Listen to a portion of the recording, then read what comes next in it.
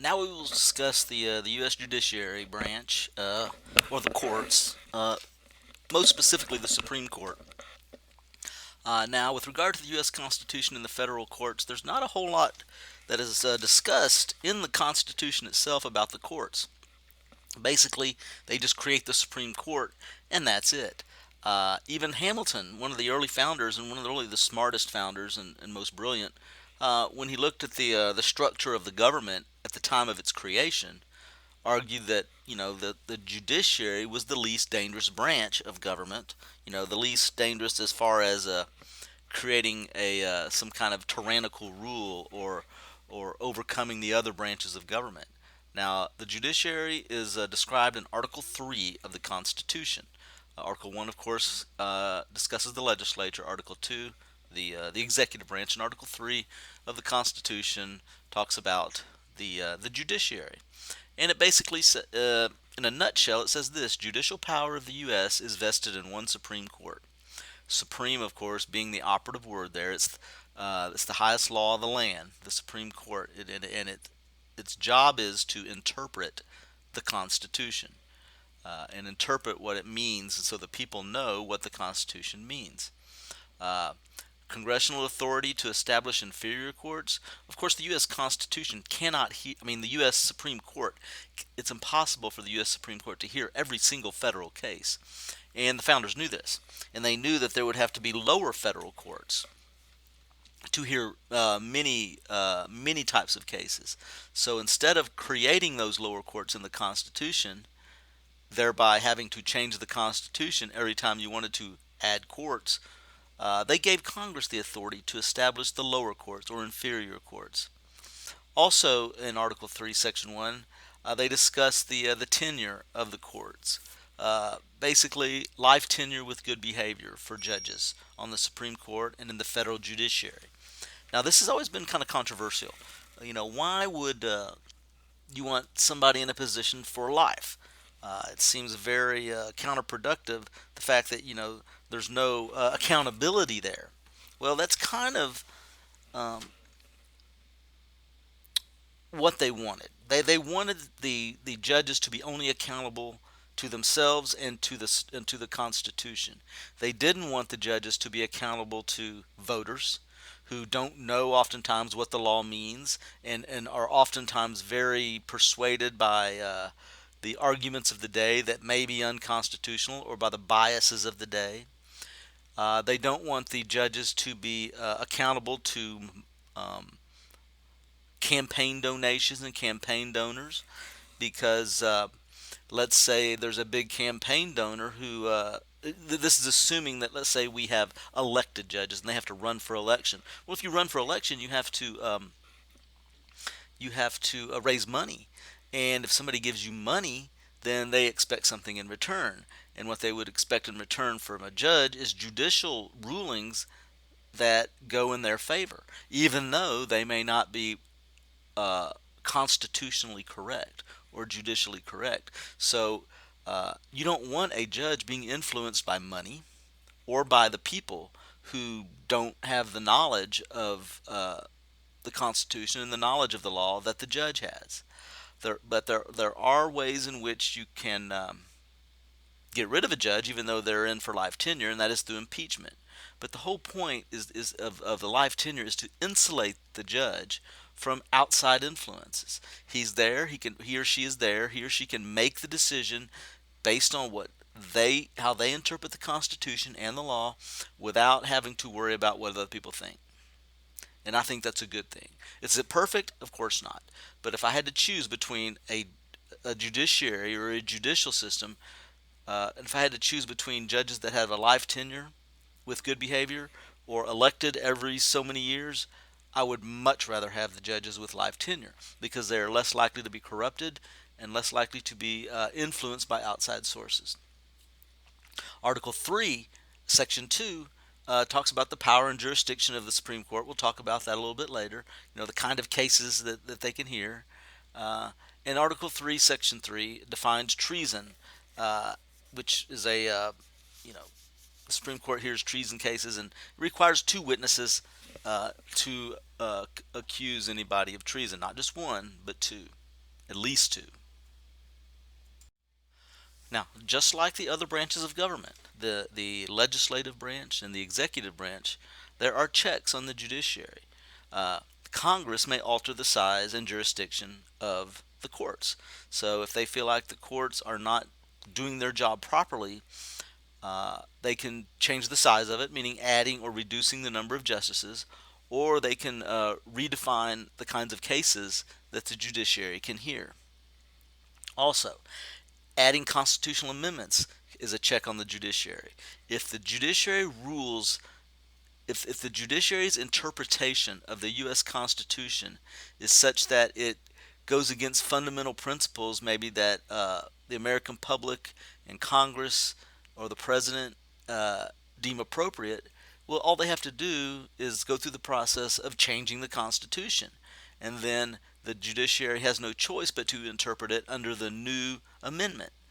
So, for instance, if a really recent case or current controversy is the Supreme Court has determined that their interpretation of the Constitution is that there should be no limits placed on how much money an individual may spend, or a corporation may spend, or an institution may spend to promote and support a candidate for public office. So, in other words, that anybody can spend as much money to try to get somebody elected, which many people, and I would argue most people, argue distorts the democratic process. It gives a lot of weight to wealthy people. Well, the Supreme Court has ruled that that's their interpretation of the Constitution, that that's acceptable. Well, there are some people that want to add an amendment to the Constitution saying that, you know, corporations and wealthy people, or actually what they're wanting to say is states may place limits on how much money people can spend. If they did that and clearly stated states may place limits on how much money corporations and interest groups can spend on elections, then the Supreme Court has no choice but to change their interpretation of the Constitution and what it means with regard to that issue. Because now the Constitution, with the new amendment, says states can do that.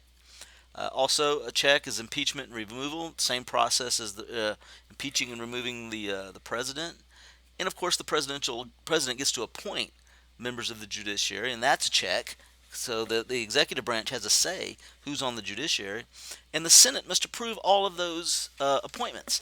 So therefore, you've got, even in the process of choosing a judge, there's a check and balance system involving the president and the Senate. Now, the Judiciary Act of 1789 established the lower courts. Of course, you know, the Constitution established the Supreme Court, but then it was one of the first laws passed by the new government under the Constitution established the lower courts. And the courts, the federal courts, which is what they're called, may hear criminal and civil cases. Criminal cases are cases in which a law has been broken, a statutory law has been broken, murder, theft.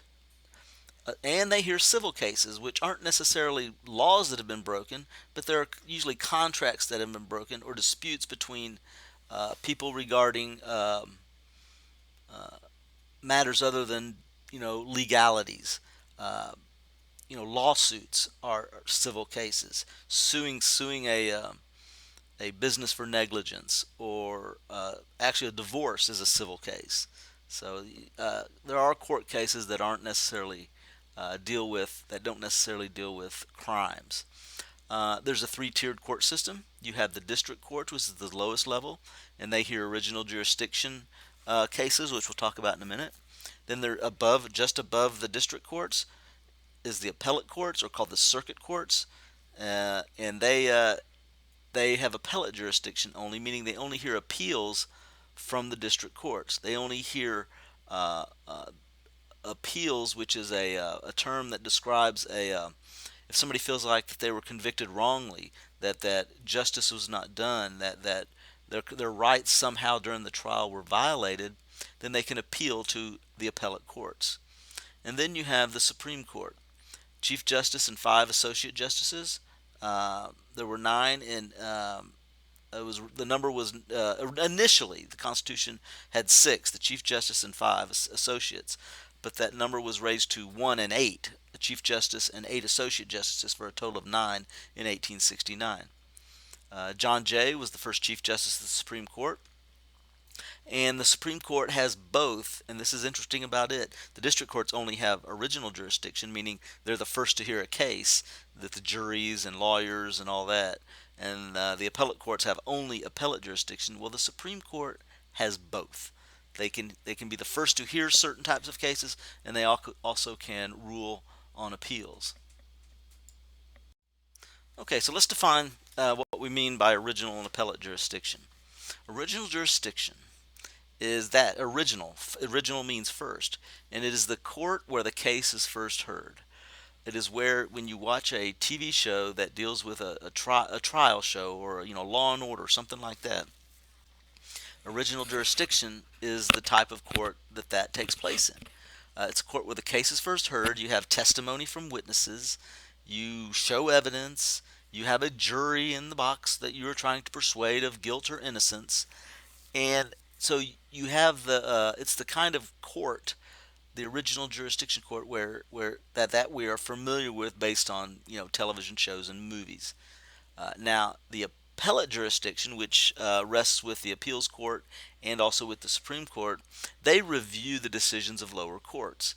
They look at the transcripts and look at all the things that were done in the previous original jurisdiction trial, and they determine if all the rules were followed, if all the T's were crossed and the I's were dotted, making sure that the attorneys did everything properly, the judge did everything properly, and that's their job. And they have options once they look at the appeal.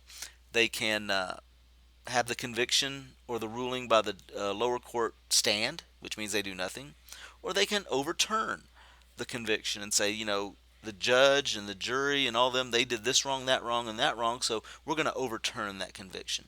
Or they can revise or change the lower court decision and alter it a little bit based on the facts of the case. So the appellate jurisdiction is very important because it is a second chance for somebody that maybe feels like they got a raw deal in their jury trial. Now, judicial review is another important concept. Judicial review is the power of the U.S. Supreme Court to judge the constitutionality of actions of other branches of government and the states.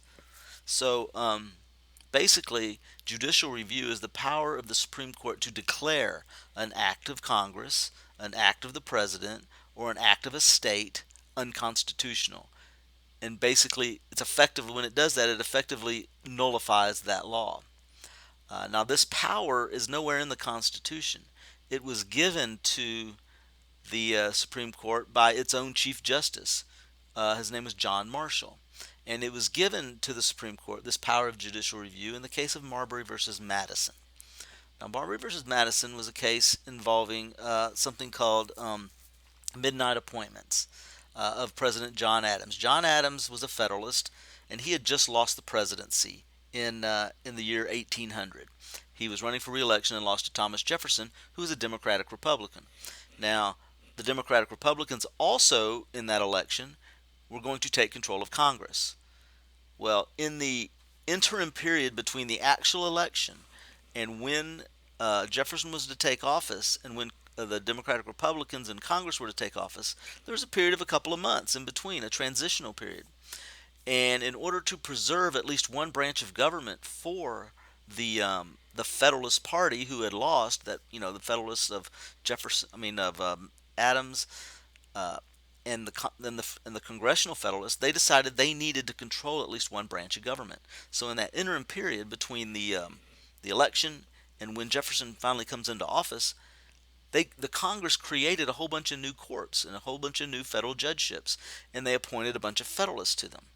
Well, they weren't able to deliver all of the appointments, and so when Jefferson and his Secretary of State James Madison came into office, they were stacked up on the desk.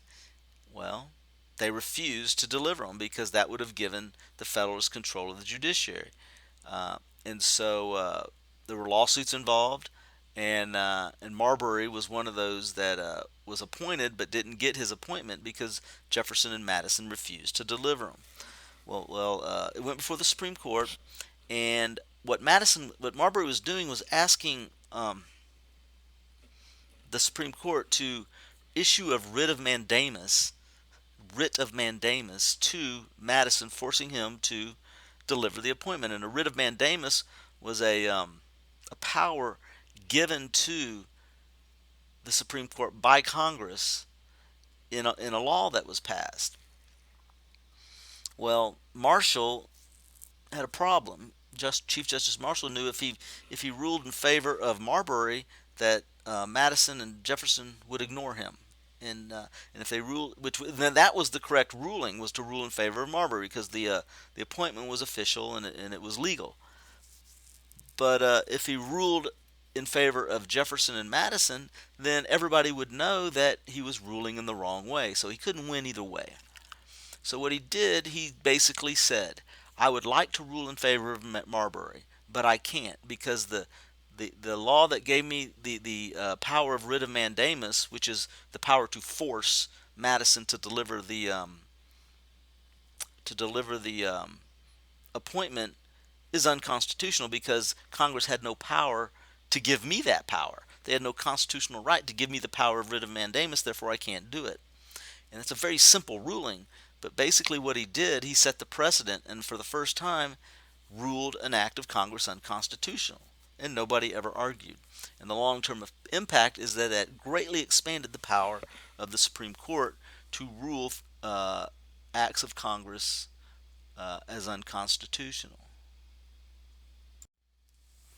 Now, the federal court system, which is the national court system, and we always have to keep this in mind. There are multiple court systems, multiple layers. You have the federal court system, and then you have 50 separate state court systems. Always keep that in mind. But the federal court system, which is the national court system, is made up of 94 separate district courts nationwide. And there's a map on the next tile that you can look at that we'll discuss quickly that's going to show an example of this. 94 district courts nationwide. No single district may cross a state line. So if you are a district court region, your entire district will be within a state's boundaries. Each state has at least one of their own district courts. Of course, the states with more people need more courts because they have more cases. And the most populous states have four. Uh, and those three include California, Texas, and New York. California, Texas, and New York all have four district court regions, districts. Uh, these district courts are original jurisdiction only. That means they are the trial. They are the trial courts. They hear the evidence. They do not listen to appeals. They are not an appeals court. There's a U.S. attorney for each district, which is much like the district attorney on a local level or a state level. The U.S. attorney is the one that determines, what cases will be prosecuted, what charges will be filed. Now, and of course, the president appoints those U.S. attorneys.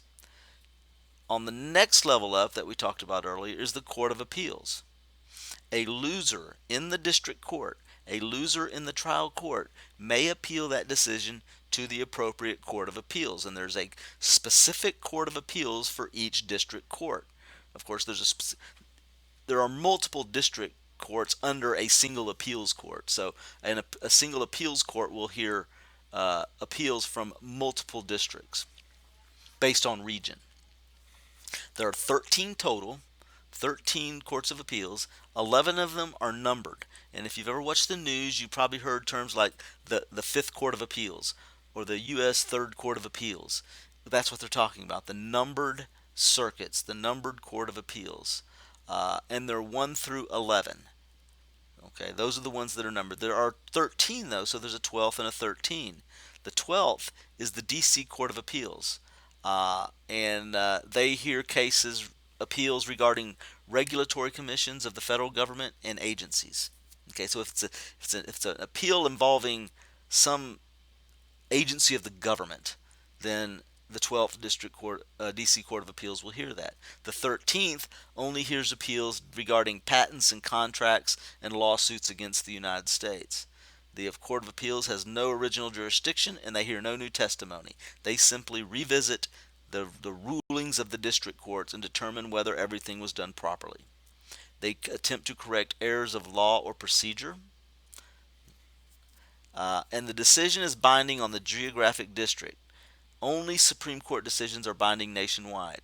And each appeals court represents a part of the United States, a region or a district of the United States.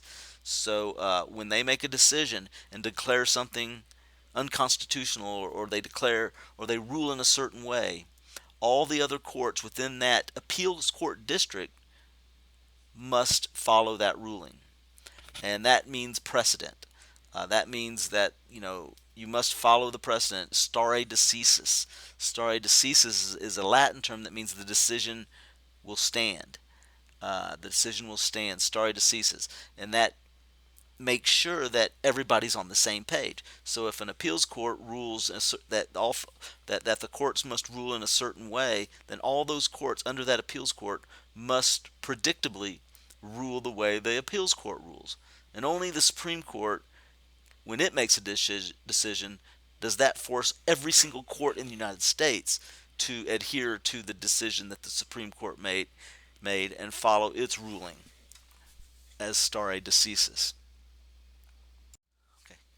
Now here's a map that shows the various district courts and the appeals court regions. And just for our own sake, let's take a look at the Fifth Circuit Court of Appeals. Okay, that 5.